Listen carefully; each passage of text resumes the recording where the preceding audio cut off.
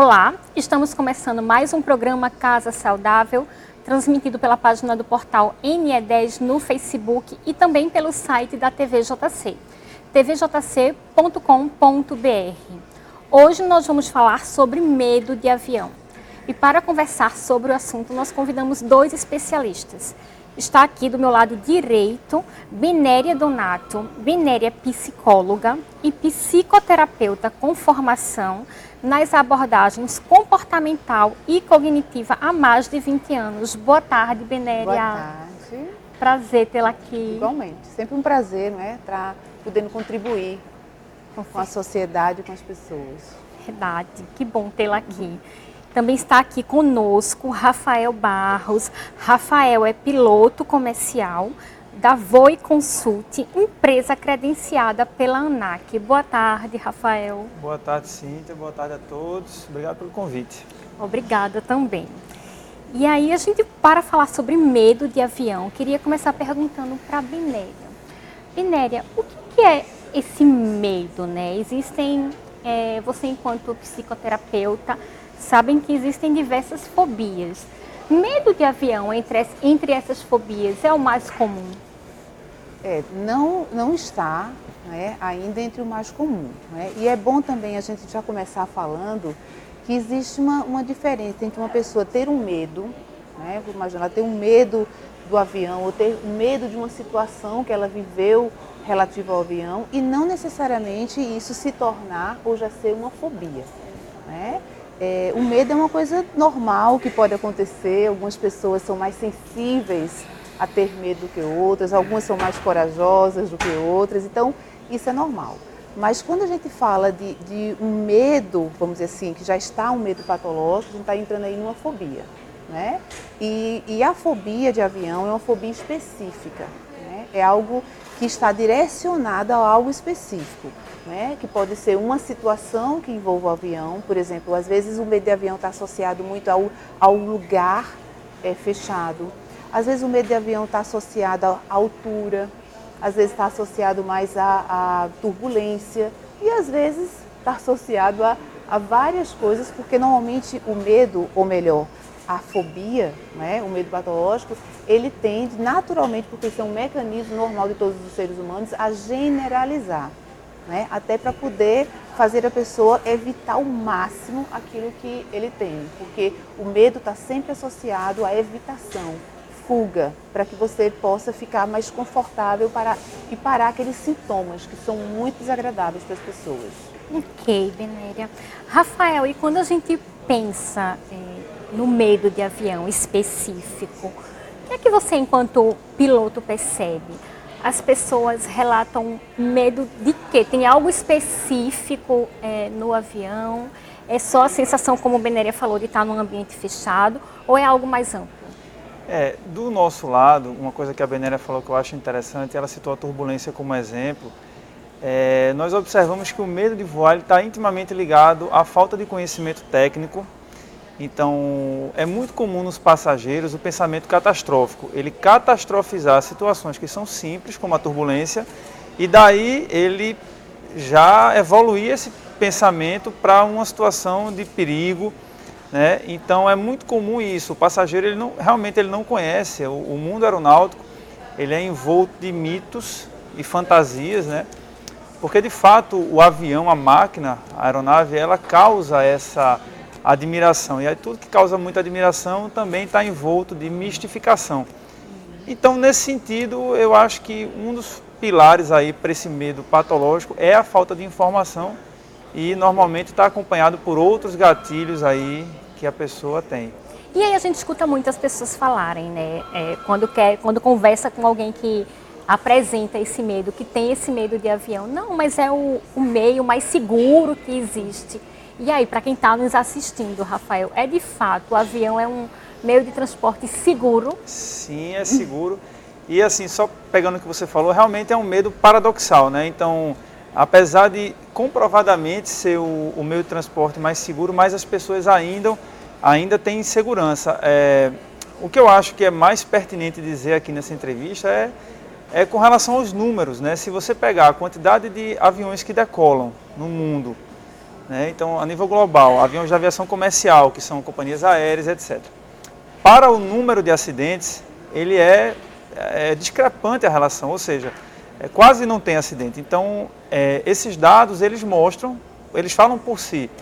É claro que existem outros aspectos a serem mencionados, mas, na minha opinião, esse seria o mais relevante. Sim. Meneri, quando chega uma pessoa, né, para a terapia, que relata que tem esse receio, que não se sente confortável no avião, é uma pessoa até que precisa de fato viajar, mas evita, ou então até recusa essas viagens. Existe tratamento para o medo de avião? Pode ser algo que é controlado? Com toda certeza existe tratamento para qualquer tipo de fobia. Inclusive, um dos transtornos psicológicos com mais bem assim, resultados em termos de precisar de quantidade menor de frequência, que dá resultados mais rápidos, são as fobias. E aqui especificamente ele está falando da fobia de avião, certo? Então, com certeza tem tratamento. Esse tratamento, inclusive, vem evoluindo bastante ao longo do tempo, entendeu? Em várias abordagens, especificamente, como você colocou, eu trabalho com abordagem cognitivo-comportamental. Nós acreditamos que existe uma parte genética nessa tendência a ter esses medos, mas também tem a ver com o estresse, com o momento que às vezes as pessoas estão passando e isso desencadeia. E tem muito a ver, eu quero parabenizar com o que ele falou, com a falta de informação. E foi uma das coisas que mais me atraiu nessa abordagem, é que a gente trabalha muito com uma coisa chamada psicoeducação, né? A gente não acredita que uma mudança, por exemplo, a pessoa deixar de ter esse medo de avião, possa ser possível sem haver uma nova informação. A pessoa precisa desmascarar, desmoralizar essas catástrofes, que ele muito bem colocou, não é? Através dessas informações. E é muito interessante dizer, até para quem está nos ouvindo, porque esse medo, eu não sei se ele está crescendo. O que eu acredito é que cada vez mais as pessoas têm mais acesso ao avião, elas têm mais condições de viajar. Vamos deixar a par o que aconteceu recentemente, né, os aumentos devido a problemas comerciais mesmo, econômicos no nosso país, mas de um modo geral as pessoas estão com mais acesso a isso e todo mundo, no fundo, eles têm curiosidade, eles têm essa coisa, é uma coisa imensa que voa, que coisa espetacular. Como é que pode estar em tão pouco tempo em outro local que tão coisa distante, espetacular. né? Então, é algo que atrai as pessoas, elas estão tendo mais acesso a isso. E isso faz com que elas venham procurar terapia. Porque, no geral, as pessoas, infelizmente, né, elas só vão buscar terapia quando aquele problema, aquele transtorno realmente está impedindo ele de uma evolução. Já aconteceu comigo de eu atender muitas pessoas que estavam tendo problemas por conta de relacionamentos afetivos. Por quê? A rede social aumenta muito a chance das pessoas namorarem com pessoas de mais longe. Isso, então, requer o deslocamento, avião, o deslocamento de uma forma mais rápida para poder curtir, né? E, às vezes, no meio de tudo isso, vai surgindo. E aí as pessoas realmente vão buscar terapia, mas eu digo, tem tratamento. E esse tratamento ele tem, inclusive, um passo a passo, um protocolo que começa com a compreensão do que significa, né, o avião, com a aquisição de informações. Inclusive, eu estava até falando para o Rafael que eu faço muita parceria nos meus tratamentos com pilotos, que são as pessoas que, para mim, os modelos para esses pacientes, porque são pessoas que verdadeiramente amam o que fazem. Eles vão dar uma visão de paixão, de tranquilidade, de serenidade. Né? E a gente leva o paciente para conhecer a cabine, né, do avião, para tentar entrar em contato e desmistificar isso que ele colocou, né? Essas fantasias que existem, que, afinal de contas, são normais, porque ainda é um objeto ainda novo e a gente não tem acesso a isso todo dia. O carro a gente tem acesso todo dia, não é? E o avião não é uma coisa que, por mais que a gente viaje, que tenha algumas pessoas que viajam do Rio para São Paulo todo dia, ou daqui mesmo de Recife para Salvador, como normalmente os advogados, ainda é algo que é distante da realidade, né? E tudo que é novo é normal que gere ansiedade. Então, o que eu digo para as pessoas é: tenha cuidado para não reforçar o medo através do afastamento. Você tem que ir para cima. O medo se combate indo para cima. Enfrentando. Né? Começa enfrentando as informações, começa buscando entender o que é o avião, os processos de segurança, né? Quando eles entendem que a asa ela tem essa flexibilidade, né? Que a turbulência, para que a turbulência? Por que acontece a turbulência, né? Então, isso vai desmistificando tudo. Mas o mais importante, Rafael, como você colocou, por mais que os dados mostrem que de fato é seguro, é um dos meios mais seguros, é absurdo, não tem realmente por que se preocupar. Mesmo as pessoas tendo acesso a essa informação, aquilo não parece que não entra. O que realmente prova que é a fobia. A fobia faz isso, ela bloqueia, ela não deixa que a informação entre da forma adequada. E Rafael, Benéria falou dessa parceria, né, que se faz com os pilotos, com os profissionais de aviação. Vocês desse lado também pedem auxílio a psicólogos, a essas pessoas que trabalham com a saúde mental, né, para controlar determinadas fobias específicas, até de passageiros frequentes. Como é que isso acontece? Com certeza. O trabalho ele é um trabalho multidisciplinar, né, e ele depende, sim, não só psicólogos, como às vezes controladores de voo, mecânicos e etc. Nesse caso dos aerofóbicos, o mais apropriado seria um tratamento em conjunto com psicólogos e com nós, né? Então, uma vez que o passageiro ele tem contato com os simuladores de voo, ele entende um pouco mais a flexibilidade de uma asa, ele entende que se o motor parar de funcionar, o avião não vai despencar do ar, como muitos pensam. E isso associado a um tratamento terapêutico, porque o nosso trabalho, apesar de eu ter formação em neuropsicologia, mas o nosso trabalho ele não tem uma vertente terapêutica, nós não fazemos terapia e nem coach, não é essa a linha do trabalho, justamente para que fique esse espaço para que os profissionais da psicoterapia eles cheguem. Uma coisa que eu acho que é bom falar aqui com relação ao medo de voar é que, para fazer uma conta redonda, nós temos aí 100 anos de indústria aeronáutica, é muito pouco. Então, basicamente, no século XX, o homem foi da carroça puxada a cavalo à lua. Então, essa evolução tecnológica, ela foi tão rápida que muitas vezes o passageiro ele não entende mais como que um tubo metálico com centenas de toneladas vai decolar em segurança e eu vou estar dentro com a minha família e isso vai dar certo. Então, isso associado à falta de informação é a receita certa para a pessoa realmente desenvolver uma aerofobia ou até um receio, porque muitas pessoas viajam, mas o nível de desgaste emocional é tão alto, elas vão muitas vezes medicadas, alguns fazem uso de bebida alcoólica, o que é até perigoso, associa inclusive às vezes, então passando por algumas situações também constrangedoras, então é muito importante, voltando, é muito importante esse trabalho em conjunto para a superação da aerofobia.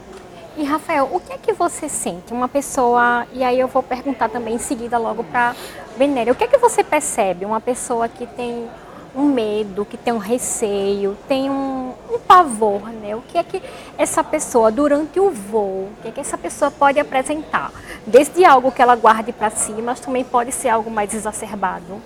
Olha, assim, o que eu tenho notado e o que elas relatam também, na verdade, assim, parte muito do relato da pessoa que nos procura. Normalmente a aerofobia, 90% dos casos, ela é acompanhada de sintomas fisiológicos, então, que são similares ao do infarto, inclusive, taquicardia, sudorese, palpitações. Inclusive, os comissários de bordo, eles têm curso de formação, como que eu posso dizer assim, pré-hospitalar, né? Primeiros socorros, etc. E muitas vezes eles se encontram com situações, principalmente em voos internacionais, que é voos de longo curso, né, de às vezes 8, 9, 10 horas, passageiros apresentando sintomas clássicos do infarto e na verdade ele está tendo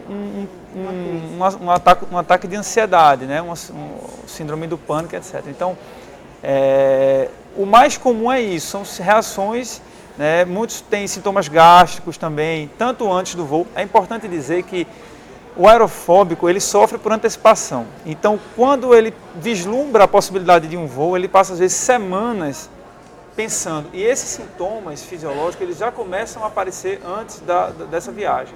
E eles vão, caso o aerofóbico embarque, eles vão até quase o retorno. Então, é muito desgastante para a pessoa que... Imagino, é um prolongamento, assim, do sofrimento mesmo, né? Porque chega a ser um sofrimento, né, Benéria? Sim, eu até às vezes gosto de brincar um pouco, não desmerecendo o sofrimento, mas para dar uma quebrada, porque realmente é um desgaste muito grande, né? Porque esses sintomas que ele colocou, que muito bem, que pode acontecer no seu pico maior, nos primeiros minutos que o avião decola, na grande maioria das vezes, não necessariamente, obrigatoriamente nessa ordem, já começam muito antecipadamente, né? Porque é exatamente isso. O medo, ele é uma reação que ele ocorre de forma normal, como eu disse, ok, diante de um perigo eminente. A cobra está aqui, o ladrão está aqui, eu estou sendo assaltada, está ocorrendo de fato alguma coisa, então eu tenho medo naquele momento. Mas a ansiedade não, gente. A ansiedade, ela não brinca, porque ela é como eu brinco, né? Ela é como um macaquinho. Um macaco, ela se agarra a você da hora que você acorda à hora que você vai dormir. Ela não precisa, você não precisa estar diante do falar em público ou do avião, não é? Só em você pensar, imaginar, já ativa tudo, porque isso tem a ver, não é? Ele estudou com a neurociência, sabe muito bem disso, com o sistema nervoso. Principalmente o sistema nervoso chamado sistema nervoso simpático, que eu também brinco dizendo que de simpático não tem nada. Porque é ele que provoca isso, ele primeiro já começa a ver os batimentos cardíacos, em seguida você começa a ficar frio, começa a ficar pálido, começa a ter visão difícil de enxergar, a respiração, tontura. E na verdade, né, Rafael, quando as pessoas entendem que todos esses sintomas concordo, eu já tive ataque de pânico, eu já tive vários, sou muito grata por isso, porque eu sei muito bem o quanto eles são desagradáveis, certo? Mas eu também sei que eles não matam, né? E quando as pessoas entendem que cada um desses sintomas desagradáveis, que muitas vezes, como você disse, parece com um ataque cardíaco, uma coisa pior, e eles pensam isso, que piora mais ainda, né? Tem uma razão de ser, desde lá da época das cavernas. Na verdade, o nosso corpo está bem intencionado. Então a gente precisa ficar amigo desses sintomas, amigo dessas ansiedades, ter uma visão diferente de tudo isso, entender que não vale a pena a gente acreditar nessa fobia, acreditar nesse medo, vale a pena a gente buscar os conhecimentos, né, a psicoeducação, informações com pessoas que sabem a informação correta, né? Muitas vezes a gente também precisa tomar uma medicação para encaminhar para um psiquiatra, para ele também medicar. Isso é importante, porque tem muitas pessoas que viajam com certa frequência, têm medo e ficam tomando por conta própria qualquer remédio, né? Para se achar que pode se manter mais calmo. É um perigo também, né, Benéria? Eu acho que custa? Eu digo às pessoas, gente, a gente tem um coração, vai para o cardiologista, ok. Tem um problema de estômago, vai para o gastro, ok. Tem probleminhas vários de pele, vai para o dermatologista. Qual o problema da gente ter um problema na mente e ir para um psiquiatra? Absolutamente nada, faz parte do corpo igual a qualquer outro, é um profissional igual a qualquer outro.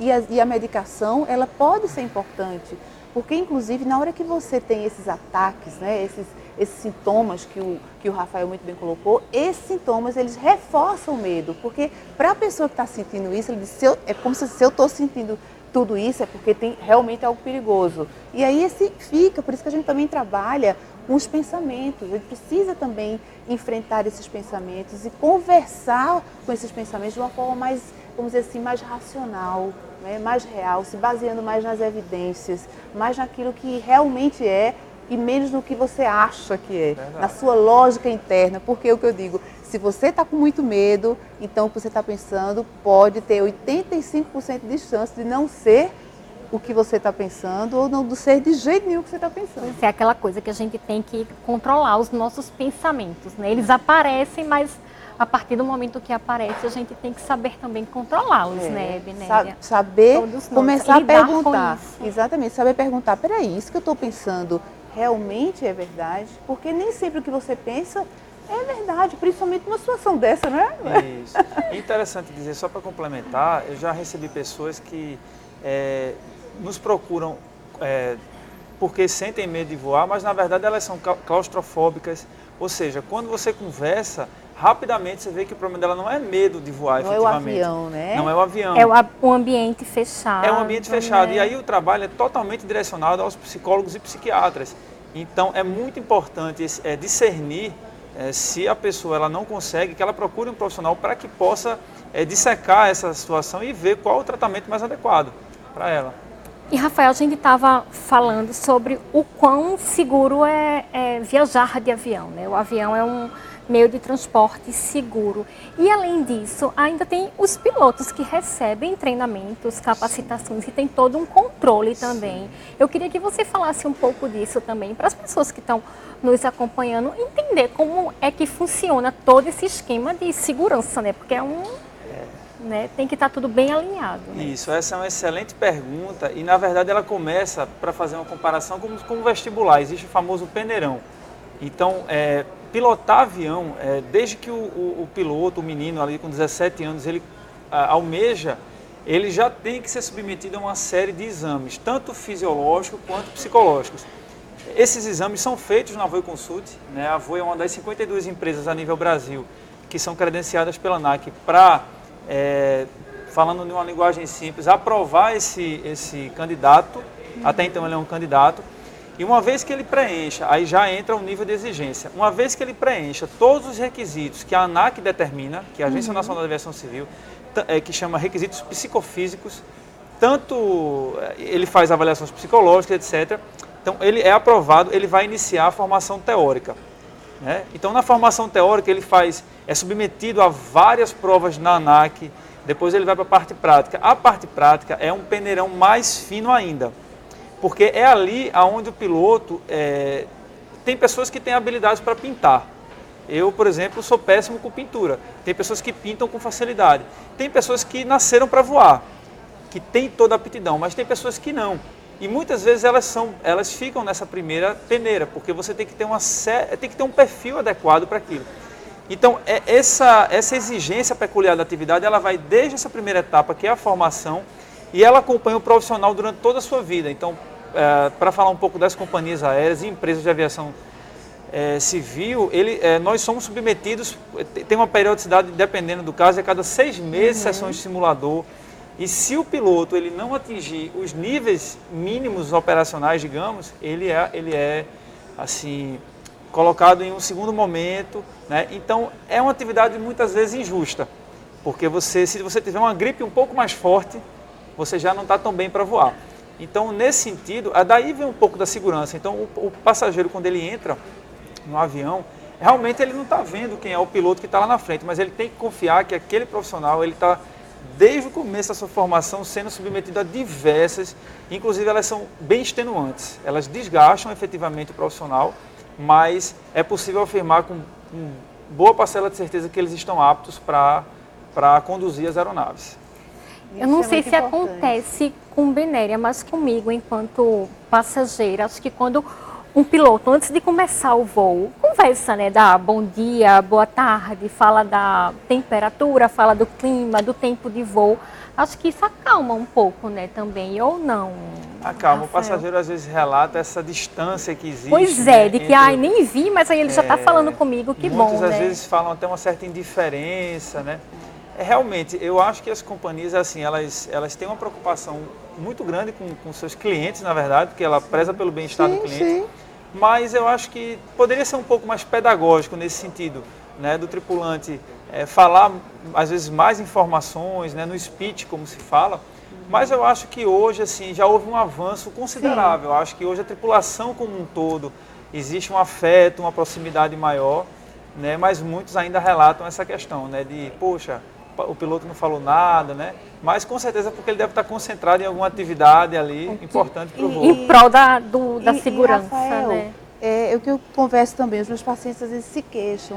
Quando eu sinto um piloto mais simpático, eu consigo sentir a personalidade dele, tipo assim, né? Eu consigo ficar mais calma. E o que eu digo às pessoas, gente, veja, a gente tem que respeitar o piloto é um ser humano igual a qualquer um passageiro, certo? É um cara que está ali mega super bem preparado, foi preparado e é testado, porque eles fazem, de tempos em tempos, eles são reavaliados, é uma pressão grande em cima, eles têm que ter todo um treinamento realmente de físico, mental, em vários aspectos, mas ele é um ser humano igual a gente, ele tem temperamento, tem vamos dizer assim, piloto. Eu já conversei com muitos pilotos, porque eu já levei pacientes meus, eu trabalho com isso desde de que? 1900, e eu até te falei, 1997, não é isso? Muito que eu trabalho tempo, com isso, Uhum. não é? Porque eu já fui uma fóbica assumida, não de avião, mas de falar em público, não é? E então eu gosto de trabalhar com fobias, eu sei como é bom a gente se libertar dos nossos medos. Com e eu certeza. percebo isso nos pacientes, então eu estou sempre em contato. E o que acontece? Tem piloto que é mais tímido, gente, tem piloto que é menos tímido, a gente tem que respeitar isso. Né? Tem uns que são mais desenvoltos, tem uns que são mais... Mas isso não tira a competência dele. Mas ok, tudo bem, vamos incentivar as companhias a poderem treinar os seus né, a dizer um oi, ok, alguma coisa do tipo. Isso realmente é bastante terapêutico. É verdade. E existem dicas, tanto Benéria quanto Rafael, não sei se existem dicas, Benéria, que podem ajudar a tranquilizar, né? Quando você já sabe que tem uma viagem programada, aquela viagem está perto, você já está na fila do embarque, já está para entrar no avião, mas aí sente que, né, alguma coisa no seu corpo está mudando como reação àquele medo, né? Tem algo que a gente possa fazer que pode aliviar um pouco? Sim, temos várias orientações, várias. Isso vai depender do time que a pessoa está para colocar esse, por exemplo, se vai fazer uma semana ainda, ou se ela já está na fila, ou se ela já está dentro do avião. Então as dicas mudam. E o nível, se é uma pessoa que está só com medinho, receio, ou se já é uma pessoa que está com o diagnóstico da aerofobia. E uma outra coisa também importante é se é a primeira vez que a pessoa está indo viajar, ou se ela já viajou outras vezes, tá? Ou se ela já passou uma época e era ok. Eu tenho casos que viajava ok e desenvolveu depois. E tenho casos que já viajou muito e sempre tem uma fobia, né? Tem vários tipos, mas se eu pudesse deixar para vocês aqui, há uma dica que eu acredito que serve para qualquer pessoa em qualquer uma dessas circunstâncias por favor, aprendam a respirar corretamente. Entendeu? Aprendam. Porque, veja, tudo começa, tá, com a interpretação que você está fazendo da situação, mas também tem a ver muito com a respiração. Porque a primeira coisa que você faz é mudar o fomo. Então, a melhor dica que eu deixaria para todo mundo, acho que não só para quem tem medo de avião, mas para qualquer situação estressante, né? Uhum. Aprendam a respirar. Hoje a gente tem aí disponível cursos de meditação. Não precisa ser cursos profundos, aprenda apenas a respirar, a prestar atenção na tua respiração e manter, em qualquer uma dessas circunstâncias, a respiração no seu segmento correto. Isso já vai ajudar, gente. Se a gente conseguir prestar atenção mais na respiração e fazer a respiração como a gente aprendeu que é a respiração correta, entrando pelo nariz, se posicionando em toda a cavidade abdominal, no ritmo X para entrar e no ritmo Y para sair, vocês já vão estar com 50% de ajuda aí. Olha aí, a gente no casasaudável.com.br, a gente tem várias matérias sobre respiração, meditação, mindfulness, né, isso, Benéria, que também alia muito essa questão da respiração e realmente, assim, focar no momento presente, né, naquela situação, enquanto aquilo realmente, aqueles pensamentos são reais ou não. E, Rafael, você daria alguma dica para quem está nos acompanhando, que está na fila do embarque, bateu aquele medo, né? Aquele receio? Você concorda com Benéria, essa aquela questão premonição quase, né? Muitas pessoas acreditam que chegou o dia. É o sinal. Isso é um sinal. É um sinal. A minha dica, como o Benéria bem disse, depende muito do perfil, mas ela segue um pouco da linha dela. Eu acho que às vezes, quando a gente tende a problematizar questões, né, o ansioso normalmente ele tende a problematizar tudo. Então ele começa a observar cada detalhe, cada saliência, e isso é ruim, porque é daí que vem o medo. Então, que é o oposto do mindful. Mindfulness foca no presente, esquece o resto. Então, se você fica pensando muito antes da viagem, porque o tempo vai fechar, porque o avião poderá quebrar, né, começa a problematizar tudo, né, a ansiedade ela vai aumentando cada vez mais. Então, se for possível, o passageiro aí procura deixar de lado essas questões e foca, porque se você vai fazer uma viagem, né, na maioria das vezes é por alguma razão positiva. Você vai sair de lazer, de férias, ou vai para uma promoção de emprego, ou vai fazer um treinamento, uma coisa positiva. Então é muito importante nesse caso aí o passageiro focar naquilo que essa viagem vai trazer de bom e procurar não problematizar tanto, né? Acho que essa seria uma dica. Porque senão termina sem nem aproveitar a viagem também, né? Às vezes não é nem uma viagem a trabalho, mas é de férias, imagina. A pessoa se programar para as férias e carregar esse medo todo, né, durante as férias. E uma coisa eu posso assegurar com toda certeza, voar é uma das melhores sensações que existem. Apesar dela, muitas pessoas terem medo dela, mas se sentir voando, sentir as forças da sustentação é muito prazeroso. Então, agora, para que o passageiro possa descobrir esse prazer, é uma descoberta do prazer, ele tem que começar no trabalho com psicoterápico e conhecer no mundo aeronáutico, procurando não problematizar tanto, porque quanto mais a gente problematiza, menos decisão a gente toma. Eu acho que para certas atividades é muito importante assim, a gente ter firmeza para tomar a decisão, porque se você fica ali relativizando tudo, acaba que não toma a decisão e a coisa não funciona. Então é importante isso, curtir e sentir o prazer do voo, porque realmente é muito prazeroso. Que bom. Então é isso, Benéria, muito obrigada. Eu agradeço. Foi ótimo, muito prazer. obrigada pelas suas orientações, colocações, muito bom tê-la aqui conosco e volte mais vezes. Eu desejo aí a todas as pessoas que têm algum tipo de receio, principalmente do avião, que entendam que isso é normal, algumas pessoas têm essas predisposições, mas isso pode ser minimizado com alguma dessas orientações e outras tantas que não dá tempo a gente falar aqui, mas que é possível sim, para qualquer pessoa. Que bom. Rafael, muito obrigada também. Suas orientações aqui foram fundamentais e nos ajudaram a reforçar que, de fato, viajar de avião é seguro, não é isso? Exatamente, é seguro. Espero que todos possam aí agendar suas viagens em breve e agradeço pelo convite. Que bom. É isso, gente. Eu conversei aqui agora com Benéria Donato, psicóloga, e com Rafael Barros, piloto aqui comercial. A gente conversou sobre medo de avião.